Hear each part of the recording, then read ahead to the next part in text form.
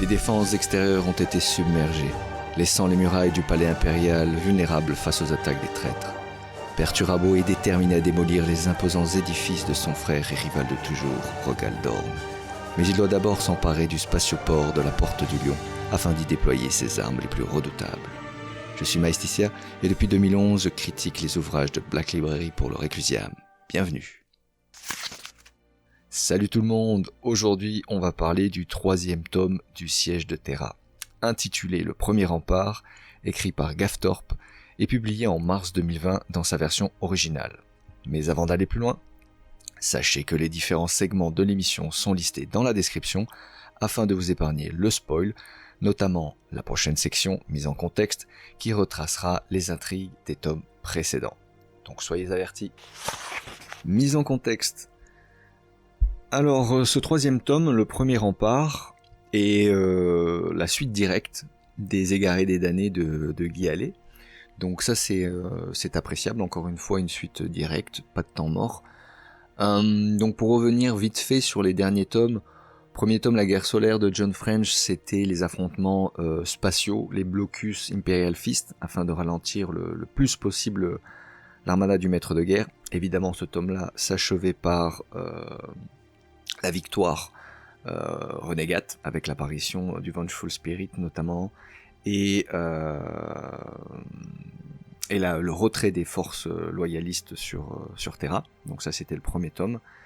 Le deuxième, Les Égarés les damnés de Guy Hallé, lui était plus centré sur l'attaque au sol. C'est là la première fois où on voit débarquer la Death Guard, qui reçoit l'honneur de fouler le pied en premier sur Terra et d'attaquer la forteresse. Mais c'était surtout le challenge de affaiblir et de mettre hors d'état l'Égide, qui je le rappelle était le bouclier principal anti-bombardement de toute la forteresse de Terra. Donc là encore une fois, victoire Iron Warriors, hein, plus que Renegade, parce que ce sont vraiment les Iron Warriors qui portent le combat à l'ennemi dans ces deux premiers tomes.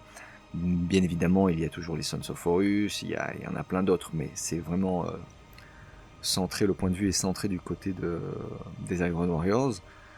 Et donc voilà, le bouclier de l'Égide est hors d'état de nuire à la fin du tome 2, ce qui nous amène au tome 3. Donc là maintenant, le but du jeu de Perturabo, ça va être de pénétrer les défenses du palais. Et là par contre c'est une autre paire de manches. Donc voilà, qu'est-ce qu'on apprenait qui est important de se rappeler avant d'attaquer ce tome 3. Donc comme je disais, l'Égide n'est plus efficace à 100%. Cependant, le bouclier, on va dire psychique, qui est généré par l'empereur, lui est toujours actif. Ça c'est important parce qu'à la fin du tome 2, des Égarés des damnés, Angron débarque sur les remparts aussi, mais se retrouve vite chassé à cause du bouclier, notamment ce qui l'empêche de se mettre sur la tronche avec Sanguinius. Voilà, excepté ce petit détail, donc le bouclier de l'Égide, le bouclier télékinésique de l'empereur, pas grand chose en termes de spoil, pas grand chose en termes d'intrigue, c'est la suite. On va suivre une nouvelle fois les Iron Warriors, pour notre plus grand plaisir, et cette fois c'est sous la plume de Gafthorpe. Donc accrochez-vous, vous risquez d'être surpris. Dramatis Personae. Alors je ne vous surprendrai pas en vous disant qu'on prend les mêmes et qu'on recommence. C'est une suite directe, normal qu'on retrouve les mêmes têtes, sauf que on change d'angle de vue. Premier tome c'était Rogal Dorn, deuxième tome c'était plus Sanguinius on va dire, troisième tome je vous le donne en mille, Perturabo. Et ces Iron Warriors. Pourquoi ? Parce que c'est vraiment le trident, donc le trident formé de Foryx Kidomor, Fag Barban, Kroger, qui va vraiment porter le roman, du moins en tout cas l'assaut, de manière littérale, et ils vont nous permettre d'en apprendre beaucoup plus sur la Légion et des tensions, des dissensions qui existent au sein des Iron Warriors, parce que souvent une ambiguïté qui revient avec cette légion, c'est de savoir est-ce que les Iron Warriors sont corrompus par les forces démoniaques, est-ce que ce sont des suppôts des démons, ou non, est-ce que c'est plutôt l'inverse, c'est la Légion qui utilise les démons comme des esclaves et des outils.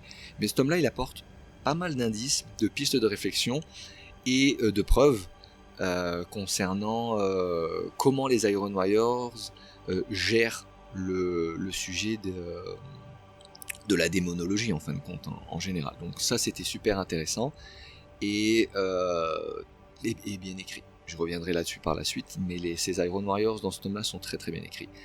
Mais qui dit Iron Warriors dit Imperial Fist, donc évidemment qui on retrouve, est toujours les mêmes, Rogal Dorn, Sigismund dans une moindre mesure, mais avec une intrigue très importante.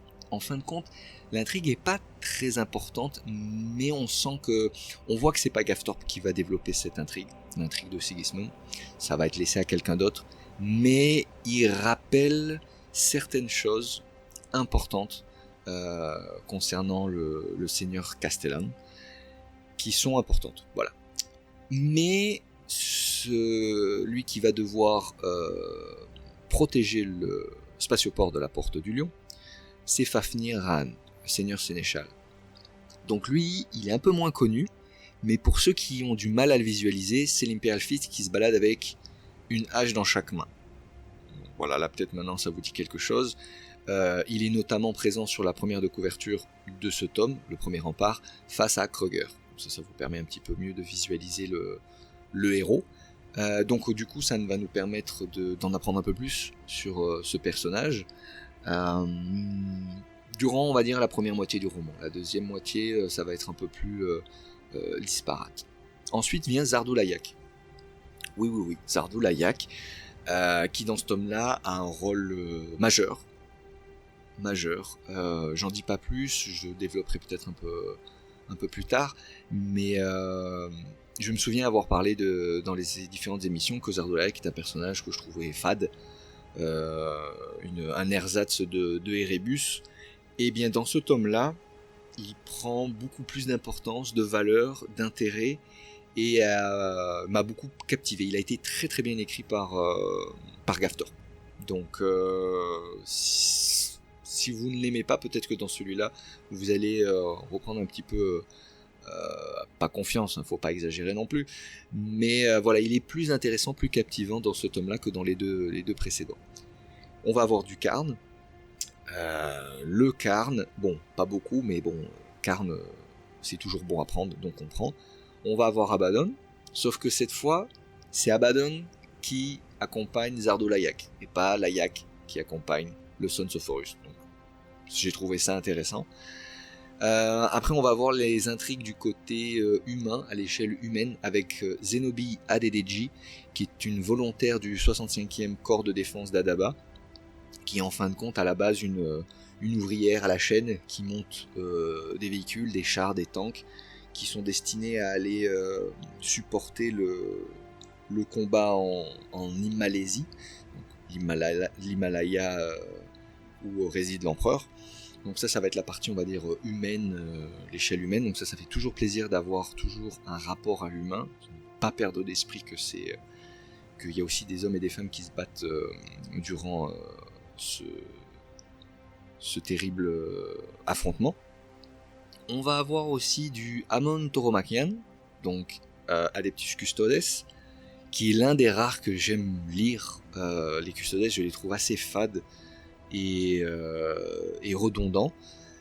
Et ben pas Amon. Amon est l'un des rares qui a une personnalité vraiment, vraiment forte, qui pense de façon différente, on va dire. Et là, il est un peu plus mis en valeur dans ce tome-là. Donc, pourquoi pas. Donc, l'Adeptus Custodes, je suis toujours curieux de savoir comment ils opèrent, comment ils réfléchissent, et leur degré d'indépendance, on va dire. Parce que, voilà, ce sont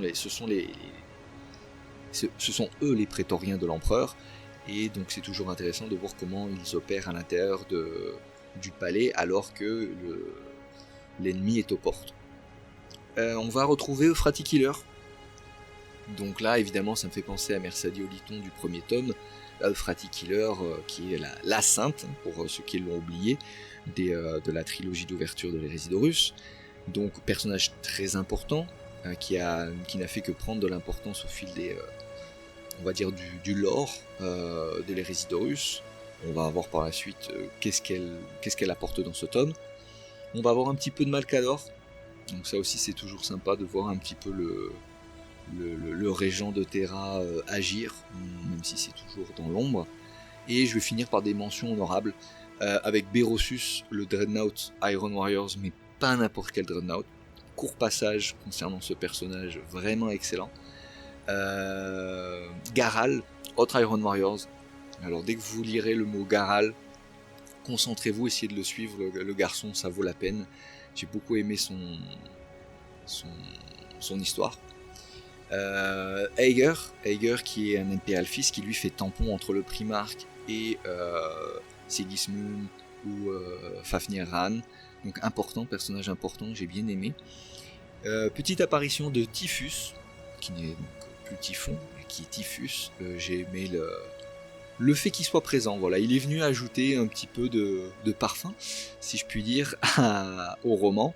Et enfin Katsuhiro, qu'on aperçoit, mais de façon très très brève, mais voilà, qui est là juste pour dire qu'il est encore là. Donc on sent que c'est vraiment un personnage qui va continuer à évoluer dans l'hérésie. C'est pas mal ça, donc comme vous pouvez le constater, on retrouve pas mal les mêmes, mais comme je disais, l'angle de vue change. Donc si vous aimez les Iron Warriors, ce tome est fait pour vous. Thème. De quoi parle le livre ? Ce tome aborde plusieurs sujets, mais le plus important c'est le premier rempart en tant que tel. C'est-à-dire que les ordres du maître de guerre sont très très très clairs. Démolir toutes les défenses des Imperial Fist. C'est simple.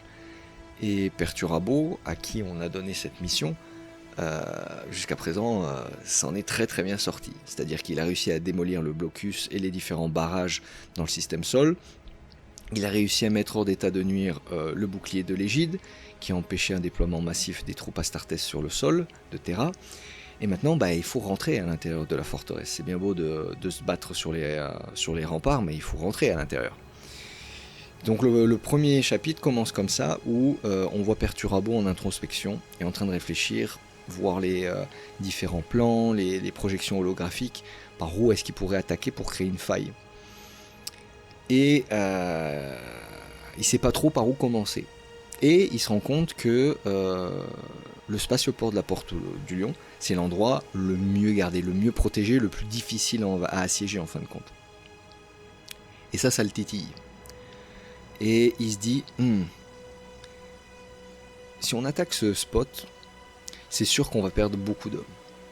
Mais si on le prend, si on arrive à prendre le spatioport, alors là par contre, on va faire toute la différence.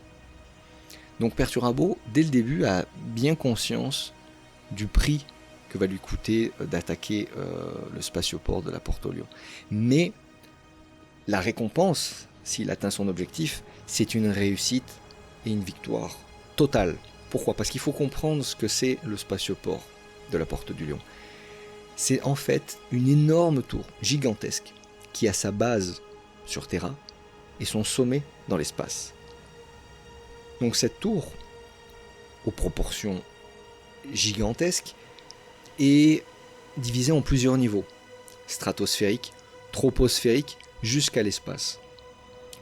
C'est un énorme ascenseur en même temps. Et qu'est-ce que ça fait ?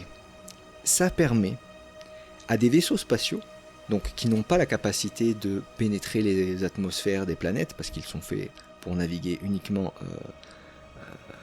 dans l'espace, de décharger leur cargaison en espace, depuis l'espace, et de transférer le tout jusqu'à Terra.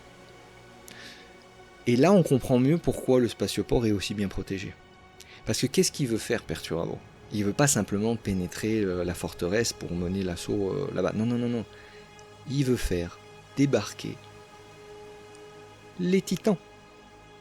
Et les titans, ils sont pas dans des petites barges, ils sont pas dans des petites frégates. Ils sont dans des Thunderhawks, ils sont dans des trucs gigantesques. Donc s'ils prennent la Porte au Lion, ça veut dire qu'ils vont pouvoir faire débarquer toute la Legio Titanica depuis l'orbite, et la faire descendre jusqu'à Terra via l'ascenseur qui est la Porte du Lion.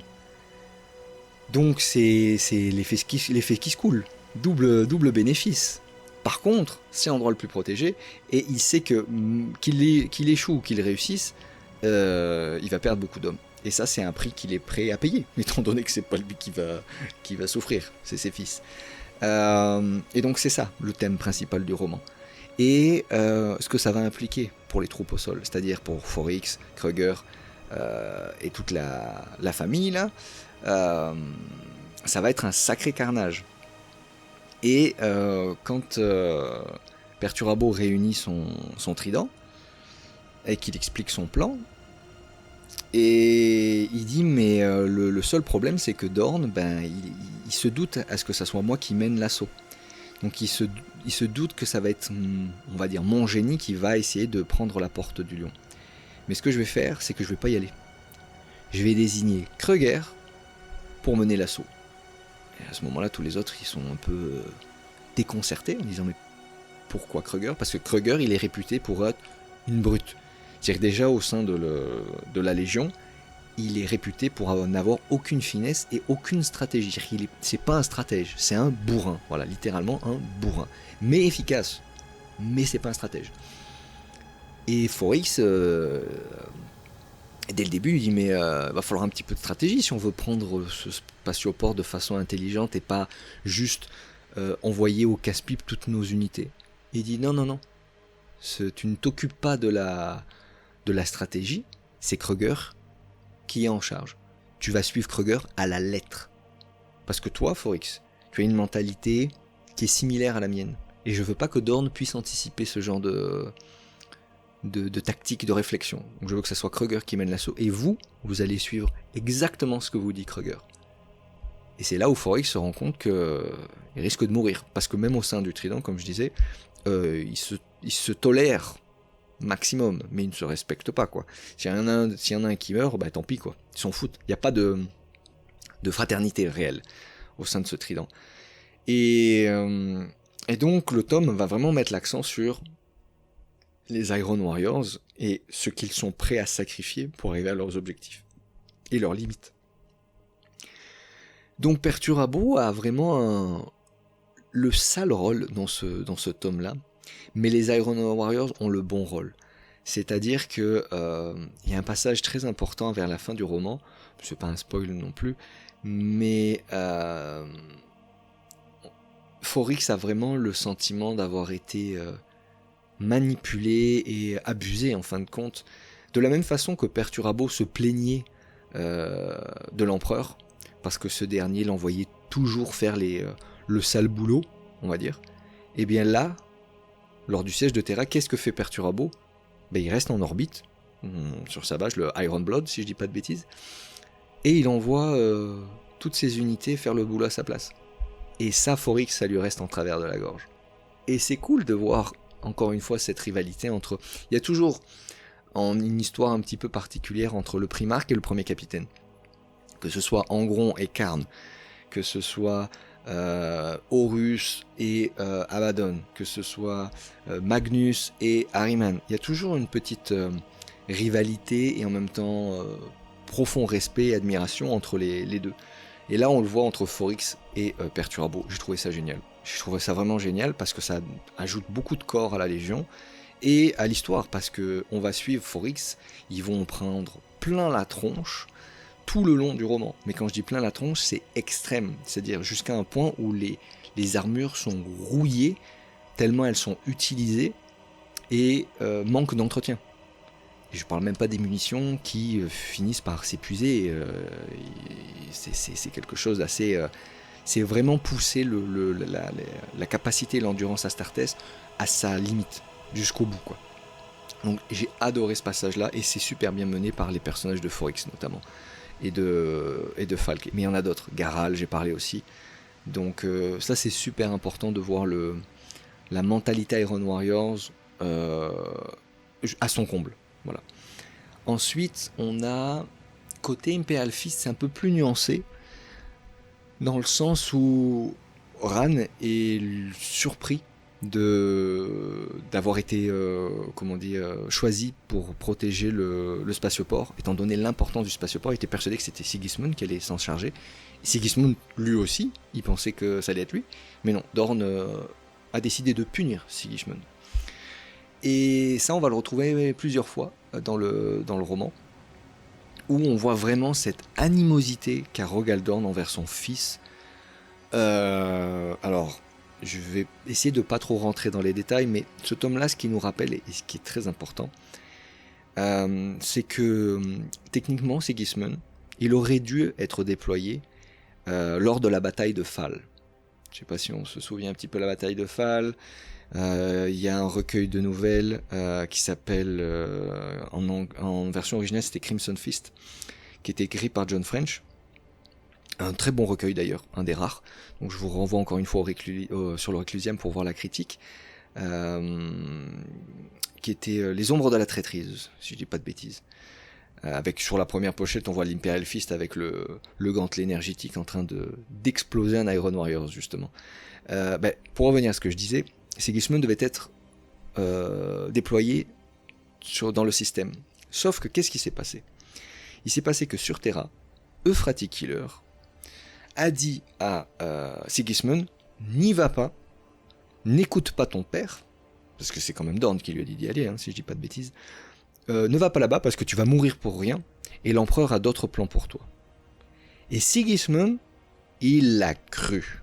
C'est-à-dire qu'il n'est pas allé sur Fall. Fall d'ailleurs a été un désastre pour les Imperial Fist. C'était un gros guet-apens.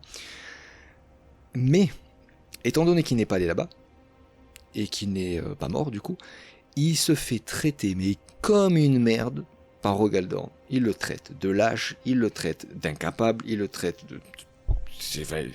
de tous les mots possibles. Et donc dans ce tome-là, on voit l'animosité qu'a Rogal Dorn envers Sigismund. Donc c'est important. C'est important parce qu'on va le voir par la suite, je vais développer concernant Euphrati Killer, mais on sait pas, mais on le devine. Il y a deux types de personnes. Il y a les personnes qui savent les spoils de la fin de l'Hérésie d'Horus, comme par exemple comment va finir l'empereur et comment va finir Horus. Ça, normalement, tout le monde est à peu près au courant de comment ça va se finir. Mais il y a d'autres sujets comme ça, donc notamment on pourrait parler de Aullienus Pius, on pourrait parler de Sigismund. Il y en a quelques-uns qui ont vraiment qui ont un bagage qui est connu d'avance. Mais pour ceux qui ne le connaissent pas, Sigismund il va avoir un rôle très très important dans la série. C'est pas simplement le défendeur de Terra. Donc bref, pour en venir au point, il est important du côté Imperial Fist que Gaftorp nous rappelle que Sigismund a une destinée. Voilà, c'est ça qui est important. Sinon, Ran, ce personnage est bien sous-déployé, sous-développé en général, mais il a son importance. Le fait qu'il se balade avec des haches, c'est sympa, les dialogues qu'il a sont aussi intéressants, donc ça, j'ai bien aimé. Donc ça, c'est le côté, on va dire, Imperial Fist. Évidemment, les côtés Imperial Fist aussi, ce que j'ai bien aimé, c'est que là, ils sont en mode Balek, c'est-à-dire qu'ils vont utiliser tous les moyens possibles pour défendre, c'est-à-dire utiliser des troupes humaines comme bouclier, c'est-à-dire utiliser des armes à phosphex. Donc, pour ceux qui savent de quoi je parle, là, le phosphex, c'est la pire chose qui a été inventée, qui fait embraser l'air, en fait.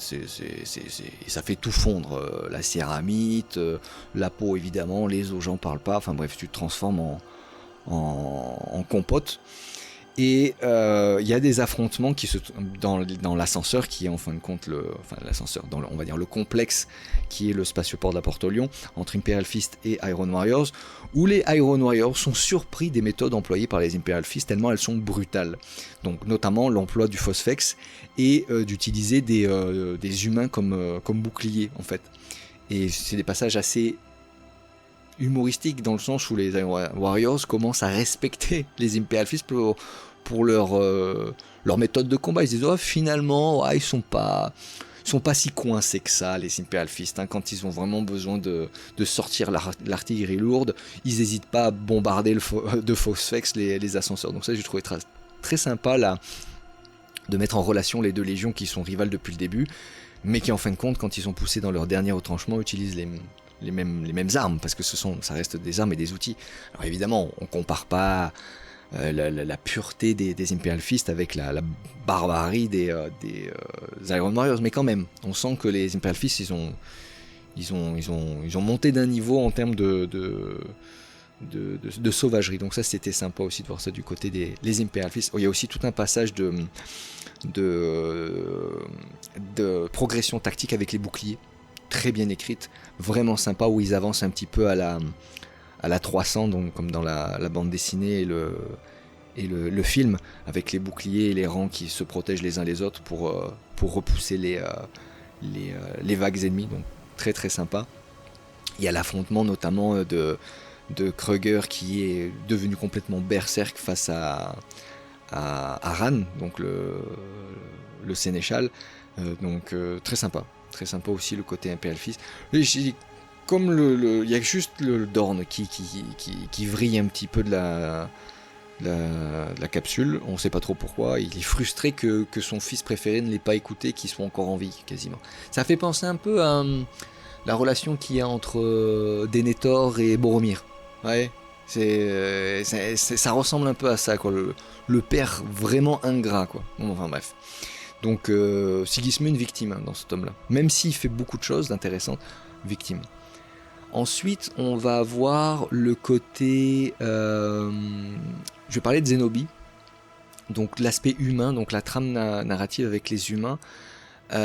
J'ai trouvé très bien écrite. Ce que j'aime avec Gaftorp, je reviendrai plus tard sur son style d'écriture, c'est que Gaftorp, il peut être très ennuyeux, mais vraiment très ennuyeux au point que tu n'as pas envie de terminer ce que tu es en train de lire. Mais ce qu'il arrive facilement à mettre en place, ce sont des émotions. Il arrive facilement à générer des émotions, ce qui n'est pas le cas de tous les auteurs. Et ça donne un côté empathique, ça connecte le lecteur de façon... ça fonctionne, en tout cas avec moi ça fonctionne vraiment bien. Je me souviens notamment de Raven's Flight, le vol du corbeau, qui narre du point de vue de Corvus Corax durant le massacre du site d'atterrissage. C'est un audiodrama, mais ça a été traduit dans un recueil de nouvelles. Je vous renvoie encore une fois sur le site de Reclusiam, si vous tapez Raven's Flight, vous allez voir la critique de l'audiodrama que j'ai faite. Et j'ai trouvé excellent. Il y a beaucoup d'émotions, il y a beaucoup de... Je sais pas, on connecte beaucoup avec le personnage. Et avec Zenobie, donc, qui est en fin de compte une volontaire qui s'est engagée dans l'armée, on va retrouver ça. Donc on a le côté humain, on a le côté philosophique, on a l'échelle humaine. C'est des personnages qui voient... c'est un personnage qui voit le ciel s'embraser de couleurs parce que c'est les ogives qui atterrissent, enfin bref, tout ça. Et je vais pas vous dire que c'est intéressant parce que c'est pas vrai. Ce qui se passe avec Zenobie, c'est pas intéressant. Jusqu'à la toute fin. Donc, si vous n'avez jamais lu le livre, ne partez pas avec un a priori négatif. Dites-vous que Zenobie, soyez attentif. En fait, c'est ça, parce qu'il y a un gros twist. La fin est vraiment intéressante. Soyez attentif à ce que vous lisez. À chaque fois que vous lisez un passage avec le corps libre d'Adaba, et Zenobie, et Ingui, la colonelle. En plus, il y a beaucoup de femmes dans ce passage-là, donc c'est intéressant aussi de voir qu'il a mélangé un petit peu qu'il y a de la mixité, tout simplement. Mais soyez attentif au vocabulaire employé. Pas concernant les émotions, mais vraiment concernant le corps du texte. J'en dis pas plus, mais soyez attentif. Moi là, j'ai pas été suffisamment attentif, parce qu'à la fin, j'ai pas compris. Concernant l'intrigue de Zenobie, j'ai dit mais attends, j'ai un truc que j'ai raté, j'ai un truc que j'ai pas compris. Mais, après relecture, j'ai compris. Je me suis dit, ah, ok, ça fait du sens. Donc je vous donne le conseil, si vous commencez à lire la partie avec Zenobie, soyez attentif des mots employés pour décrire les choses.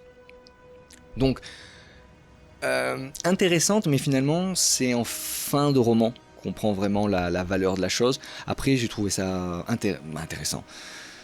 Oui et non, voilà, c'est sûr, on en revient toujours au même. Je veux dire, si vous vous attendez à voir des Space Marines se mettre sur la tronche, vous n'allez pas être satisfait parce que là, c'est pas des Space Marines et ils se mettent pas sur la tronche. Parce que la seule chose qu'ils essayent de faire, c'est de partir d'Afrique et rejoindre l'Himalaya en chair et en os pour pouvoir lutter.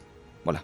Donc c'est pas super passionnant. Mais encore une fois, il y a une mini-histoire, un microcosme qui existe à l'intérieur de ce corps de défense d'Adaba qui est intéressant. Je ne l'ai pas trouvé surfait, mais c'est vrai que c'est pas le plus captivant. C'est captivant au niveau humain, c'est pas captivant au niveau de l'intrigue. L'intrigue est pas folle, quoi. Il y a des espèces d'agents d'intégrité qui font office un peu de, pas d'inquisiteurs, mais de capots qui se mettent à flinguer tous ceux qui sont pas droits dans leurs bottes. Donc voilà, cet aspect-là est intéressant parce que ça donne du corps un peu à l'aventure. Mais voilà, c'est pas exceptionnel. Moi, ça m'a plu. C'est pas aussi efficace que Katsuhiro qu'on a pu voir dans le tome précédent, mais quand même, c'est intéressant. Ensuite vient un autre thème qui est l'Adeptus Custodes et Euphrati Killer, parce que c'est mêlé. Pourquoi ? Parce qu'ils se retrouvent à avoir des apparitions bizarres à l'intérieur du palais. Et je vous rappelle aussi que dans le tome précédent, il y a eu une infection terrible menée par la Death Guard qui a pourri toute la forteresse et qui a contaminé énormément de monde. Et ceux qui ne sont pas morts, ils ont transmis le virus aux autres. Donc il y a quand même le contexte à l'intérieur du palais, il est quand même tendu. Les gens ont rien à manger, ils ont rien à boire. On rappelle les bombardements, et maintenant on a aussi la peste et les maladies, quoi. Et en plus de ça, maintenant on a des apparitions, en fait on a des cas de possession, c'est-à-dire des humains qui sont tellement corrompus par Nurgle qui se ressemblent plus à des démons qu'à des humains. Et là-dessus, Amon, Toromachian, va enquêter à l'intérieur du complexe. Et il va se rendre compte que il y a des cultes qui existent, notamment celui du Lectio Divinitatus. Et évidemment, qui est-ce qui mène ce culte-là ? C'est Euphrati Killer, avec l'aide de Cinderman, qu'on avait l'habitude de voir qui est son héros, son porte-parole. Donc cette section-là, elle nous ramène un peu en mode vanilla, comme Mersadi et Oliton le faisaient dans la guerre solaire. Là, on a Euphrati Killer, où on se dit, c'est quand même autre chose, donc ça peut être intéressant de voir comment ça va évoluer. On a aussi l'Adeptus Custodes, c'est pas n'importe qui non plus, donc ça c'est cool. Et on va suivre en fait l'évolution du culte de l'empereur, mais aussi du culte de Nurgle, parce que les deux sont en train de proliférer à l'intérieur des murs. La question c'est de savoir qui est qui. Parce que Nurgle arrive quand même à bien se camoufler parmi les fidèles. Et c'est ça la mission de Amon. Et c'était pas mal parce que là encore une fois, même chose qu'avec Zenobi, il y a des retournements de situation, des choses auxquelles on ne s'attendait pas qui arrivent, qui m'ont agréablement surpris, dans le sens où je ne m'attendais pas du tout à ça. Après on commence à deviner, si vous faites attention et que vous lisez attentivement, vous allez sentir les choses venir. Mais c'était très intéressant de voir l'Adeptus Custodes, elle aussi, prise au dépourvu. Parce que mine de rien, ils sont pas parfaits non plus, quoi. Et donc voilà. Donc Euphrati Killer, j'ai été déçu. J'étais déçu du personnage et de l'intrigue en général. C'est-à-dire que oui, l'intrigue fonctionne, c'est-à-dire qu'il y a un bon retournement de situation, des choses comme ça. Mais je la trouve pas... voilà quoi. Je sais pas si c'était comme ça pareil dans Vanilla. Quand je parle de Vanilla, je parle de la trilogie d'ouverture. Euphrati Killer, elle était... Je sais pas, elle avait quelque chose d'un peu plus punchy. Là, elle est plus... elle subit les choses, plus que d'être vraiment active. Et après, elle fait des choses, mais elle est pas assez... elle est pas assez active à mon goût. Donc ça, j'étais un petit peu déçu. Donc mine de rien, quand on réfléchit et qu'on prend un peu de recul, on a l'intrigue Iron Warriors, on a l'intrigue Imperial Fist, on a l'intrigue Zenobi et on a l'intrigue Euphrati. Ça fait 4, c'est beaucoup. Alors oui, au début du roman, on va en avoir juste 2, et puis petit à petit ça va s'étoffer jusqu'à 4, ça va tourner autour de là. Donc c'est particulier. Je pense que chacun va préférer sa partie. Néanmoins, je trouve que le fait d'avoir autant de trames, ça permet de se reposer, parce que c'est bien les Space Marines, mais quand c'est toujours la même chose, ben on finit par se lasser. Donc c'est bien de pouvoir switcher, d'avoir d'autres concepts et d'autres intrigues qui ont aucun rapport, quoi.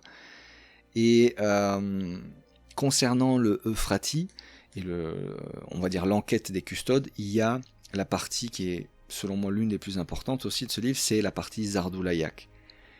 Zardoulayak, il doit débarquer sur Terra pour sentir un petit peu où est-ce qu'on en est niveau démon. Comme j'ai expliqué dans le tome précédent, ils ont réussi à démolir l'égide, le bouclier matériel, mais il y a le bouclier psychique de l'empereur, qui lui empêche les démons de passer, qui a d'ailleurs empêché Angron de combattre contre Sanguinius sur les remparts, dans le tome 2. Donc Zardoulayak, il est là pour ça. Lui, il est là pour permettre aux démons de débarquer et de faire pencher le cours de la bataille. Et pour ça, il a différents processus, et il va expliquer à un moment donné, il y a Typhus, et il y a Abaddon, et Zardoulayak, sur le sol de Terra, et il leur explique pourquoi le warp, pourquoi les démons, comment, qui nous sommes, comment ça fonctionne, et c'est super bien écrit. Ce passage-là en lui-même, il vous résume tout ce qu'est le chaos, comment ça fonctionne, et pourquoi ça fonctionne. Et c'est très très très intéressant, parce que son objectif à lui, c'est de générer un démon, un héros, de la même façon que Samus est un héros de Khorne. Zardoulayak, lui, veut manifester le héros de Nurgle qui s'appelle Corbax, je crois, qui est le seigneur de la rouille éternelle, quelque chose comme ça. Et pour ça, il faut évidemment faire des sacrifices, ça on le sait. Mais c'est surtout le dialogue, la tirade qu'a Zardoulayak envers ses compatriotes qui est excellente et qui donne beaucoup d'importance en fait au roman. Il y a Typhus notamment qui lui il est convaincu du chaos depuis le début. Hein. Je veux dire, je vous renvoie à la critique de La Dague Enfouie, qui nous raconte un petit peu comment la Death Guard était avant l'empereur et après l'empereur. Typhus, il a toujours été à bloc là-dedans, quoi. Donc lui, il se régale de tout ça, quoi. Et d'ailleurs, il y a un bon respect entre Typhus et Zardoulayak. Mais pas Abaddon. Abaddon, il est au milieu à chaque fois. Mais voilà, il y a ce passage qui est vraiment important et qui explique beaucoup de choses. Donc ça aussi, c'est pas mal. Voilà, je pense avoir fait pas mal le tour. C'était long parce qu'il y avait beaucoup de choses à expliquer et beaucoup de choses importantes. Mais encore une fois, je pense que chacun trouvera midi à sa porte concernant les différentes histoires et les différents personnages. Pour ma part, j'ai trouvé qu'il y avait beaucoup de personnages intéressants dans ce roman, et c'est toujours agréable d'avoir un roman riche en personnages. Texte et difficultés de lecture. Alors aujourd'hui, on va parler d'un monsieur qui s'appelle Gavin Thorpe. Et force est de constater que dans la communauté, dans le lectorat général de cet auteur, eh bien ce dernier, il n'est pas très très apprécié. Certains lui reprochent sa mollesse, d'autres son vocabulaire, quand d'autres n'aiment tout simplement pas ce qu'il fait des héros et des histoires de Warhammer en général. Donc, je fais partie de ces personnes qui peut être facilement ennuyé et endormi par les écrits de Gav Thorpe, ou tout simplement pas suffisamment captivé. Voilà, je le lis et puis il a pas raconté grand chose, mais c'était long, j'ai senti le temps long. Donc ça, c'est quelque chose que beaucoup de lecteurs reprochent à Gav Thorpe. Eh bien, mesdames et messieurs, dans ce tome-là, oubliez tout ce que vous saviez de Gav Thorpe, parce que ce tome-là est très bon. Je n'ai jamais lu un Gav Thorpe au top, comme ça. Il est plus facile à lire que Guy Hallet. Les dialogues sont supérieurs à la moyenne. Les combats sont dynamiques. C'est couplé et conjugué avec de fortes émotions. il y a des retournements des situations du début jusqu'à la fin. C'est captivant, y compris l'histoire d'Adaba, bon, ça reste à un niveau, et il y a même de l'humour.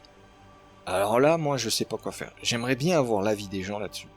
Parce que c'est vrai que jusqu'à maintenant, Gaftorp, ça n'a jamais été mon favori, ni même mon moyen. C'est quelqu'un que je mettrais plutôt à la fin du podium. Mais celui-là de Tom, j'ai rien à lui reprocher. Rien. C'est-à-dire que j'ai adoré les dialogues. Tous les dialogues, que ce soit les dialogues entre Astartes, que ce soit les dialogues entre Frati Killer et Amon, que ce soit les dialogues avec Zenobi et les autres humains, et ce qui s'y passe, les trames, on va dire le social qui existe à travers les dialogues, j'ai trouvé bon, vraiment bon. Ajoutez à ça les combats dynamiques. Il y a des combats avec les Iron Warriors contre Imperial Fist qui sont excellents. J'ai parlé tout à l'heure de l'affrontement avec les boucliers Imperial Fist. Il est génial ce passage. Alors évidemment, calmez-vous, c'est pas non plus du Dadabnet ni du Arondemski Bowden, mais c'est bon, c'est vraiment bon, c'est dynamique, on se met à la place des personnages, et encore plus quand c'est couplé avec les émotions. C'est-à-dire que quand on est côté Imperial Fist, on va avoir le côté tactique, stratège, et bon voilà, ça passe.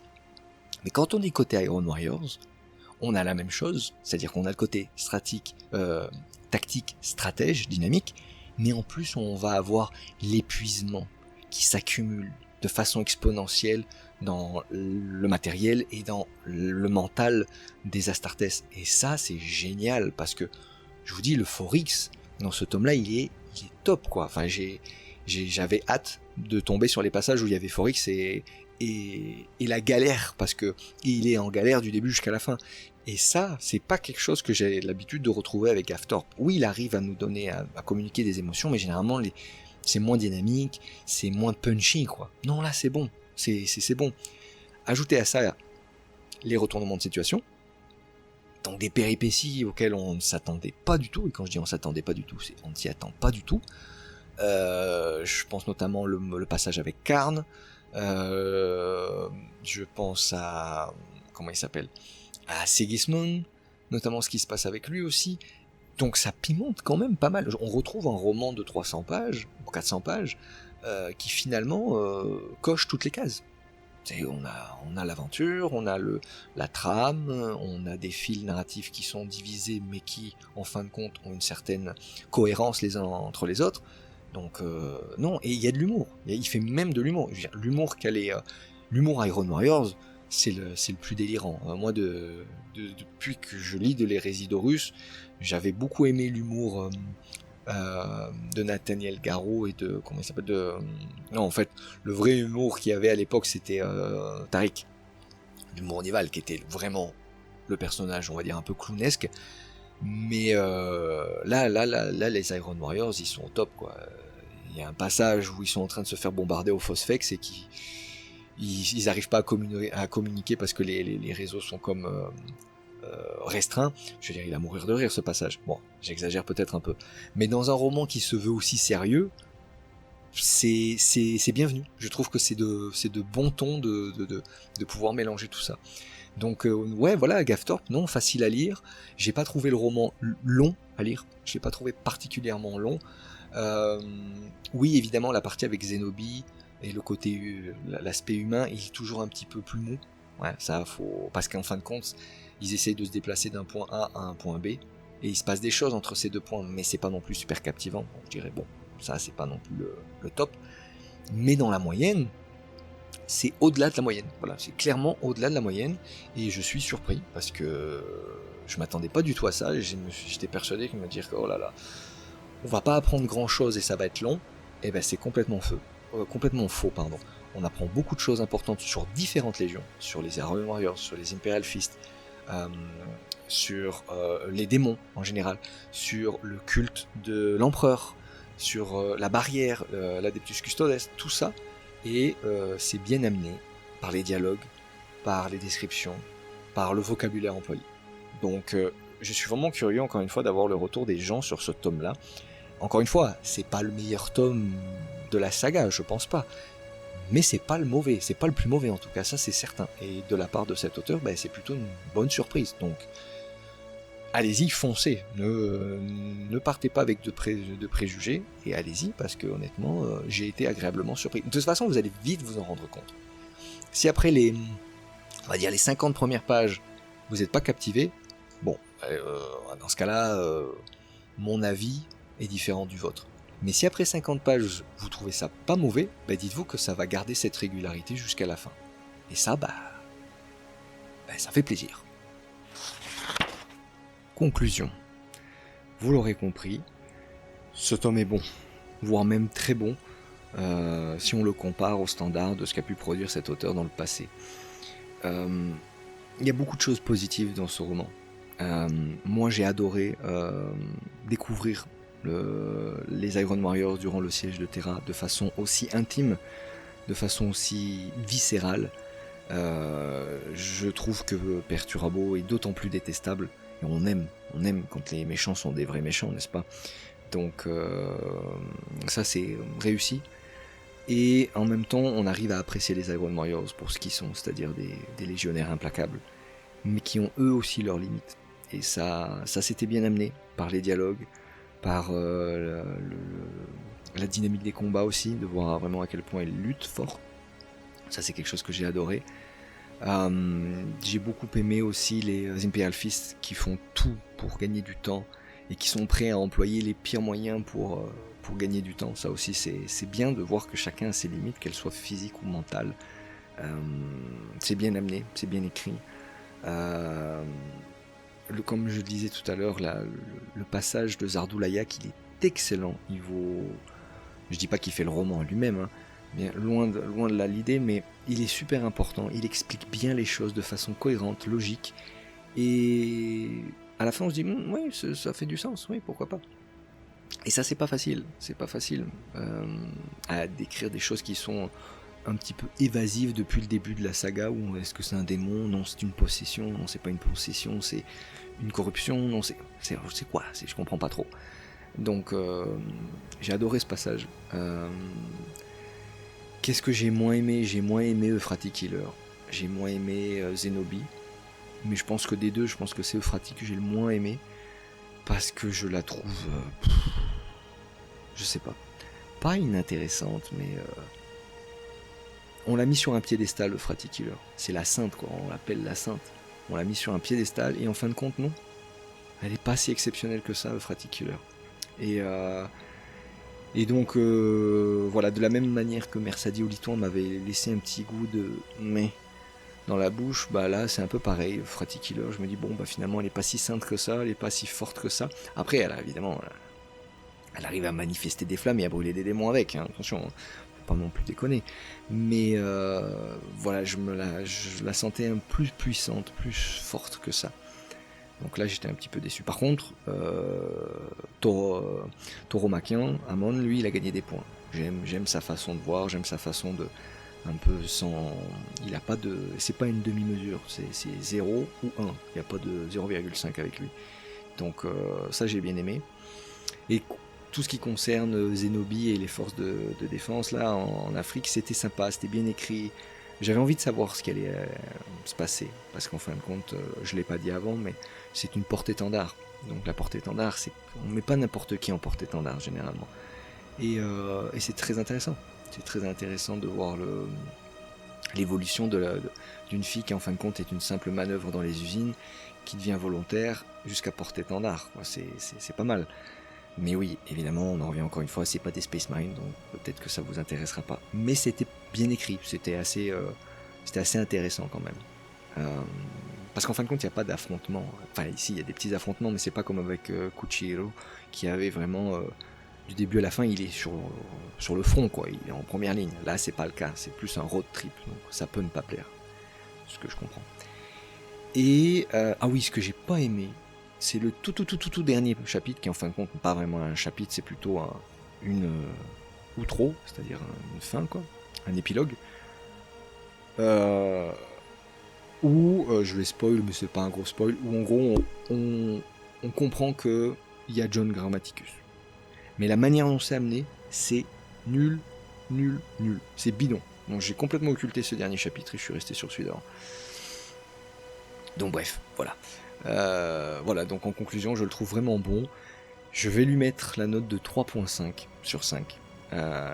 Quasi 4, je pourrais lui donner 3.75, mais après j'ai pas non plus envie de pinailler. Mais je le trouve vraiment bon. Est-ce que je le conseille? Oui. Oui, parce que c'est l'attaque du spatioport de la Porte-Lyon qui est super importante. Après, voilà, si vous voulez voir les custodes se battre, bon, bah, ça sera pas dans ce tome-là, quoi. Voilà. Si vous voulez voir Horus, bon, bah, là non plus, il y a pas ça. Donc c'est encore les prémices, on va dire, du siège de terrain. On est dans le siège de terrain, mais on est encore à l'extérieur des murs. Voilà. Donc c'est ça que je veux dire. Donc c'est un roman qui nous rappelle qu'on est à l'extérieur des murs. Donc on comprend que les prochains, on va être un peu plus en avant. Donc voilà mon avis sur le premier rempart de Gafthorpe. Merci d'avoir suivi l'émission jusqu'à la fin, j'espère qu'elle vous a plu. Si vous avez envie d'exprimer votre opinion sur ce roman, n'hésitez pas, les commentaires sont faits pour ça. Je vous souhaite une excellente journée et à très bientôt. Ciao tous.